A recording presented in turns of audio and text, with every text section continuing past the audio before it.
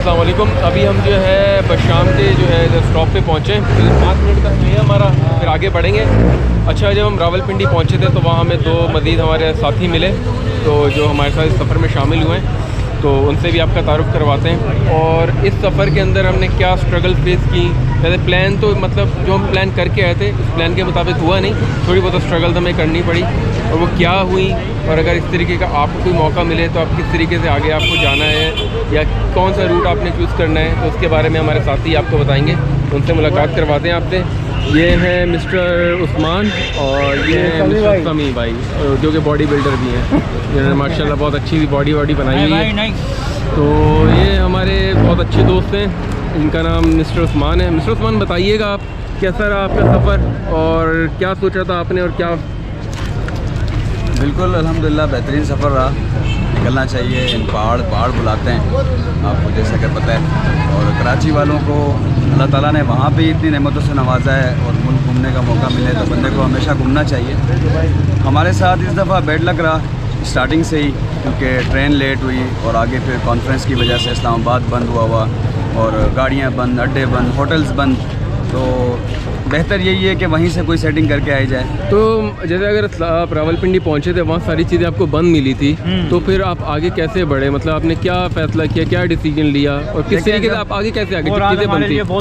आगे हम इस तरह बढ़े। देखिए, जब आप नियत करके आते हैं किसी चीज़ पे पहुंचने के लिए और आप कोशिश करते हैं, तो अल्लाह ताला आपके लिए रास्ते आसान कर देता है। वो रात हमने बड़ी मुश्किल काटी। हम एक बस के ऊपर जो है ना, हमने बिस्तर लगाया और छत के ऊपर हम सो गए, क्योंकि हमने ठान ली थी कि हमने जाना है। ठीक है। तो फिर हम वहीं पे हमने स्टे किया रात को एक बस के ऊपर।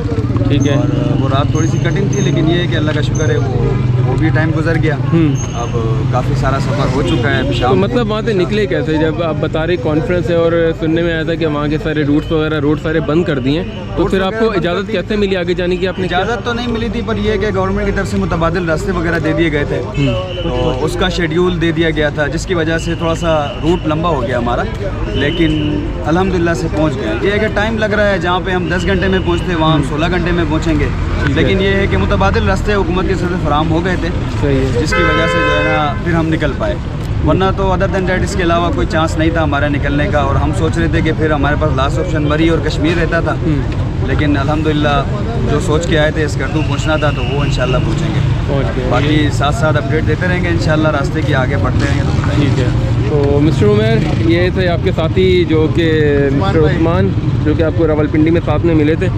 तो इनके साथ ये इन्होंने हमारे ग्रुप को ज्वाइन किया था। तो आप मज़ीद बताएंगे कुछ कि अभी हम आगे के क्या प्लान है हमारे साथ? आगे अभी जगलोट जाना है। ठीक है। अगर टाइम पे पहुंच गए तो डायरेक्ट पस्तौर निकल जाएंगे। ठीक है। अगर नहीं पहुंचे तो फिर रात गुजारेंगे जगलोट में ही। ठीक है। ये बशाम का बस अड्डा है, इनके स्टॉप है जहाँ हमने स्टे किया है। यहाँ पर आप देख सकते हैं मौसम की सूरत हाल भी, सारे बादल आए हुए सारे, और आगे हो सकता है कि हमें बारिश भी देखने को मिल जाए। तो आगे का सफ़र कैसा रहेगा वो आगे चल के आपको बताइए, कंटिन्यू करेंगे। तो अभी तक के लिए इतना ही।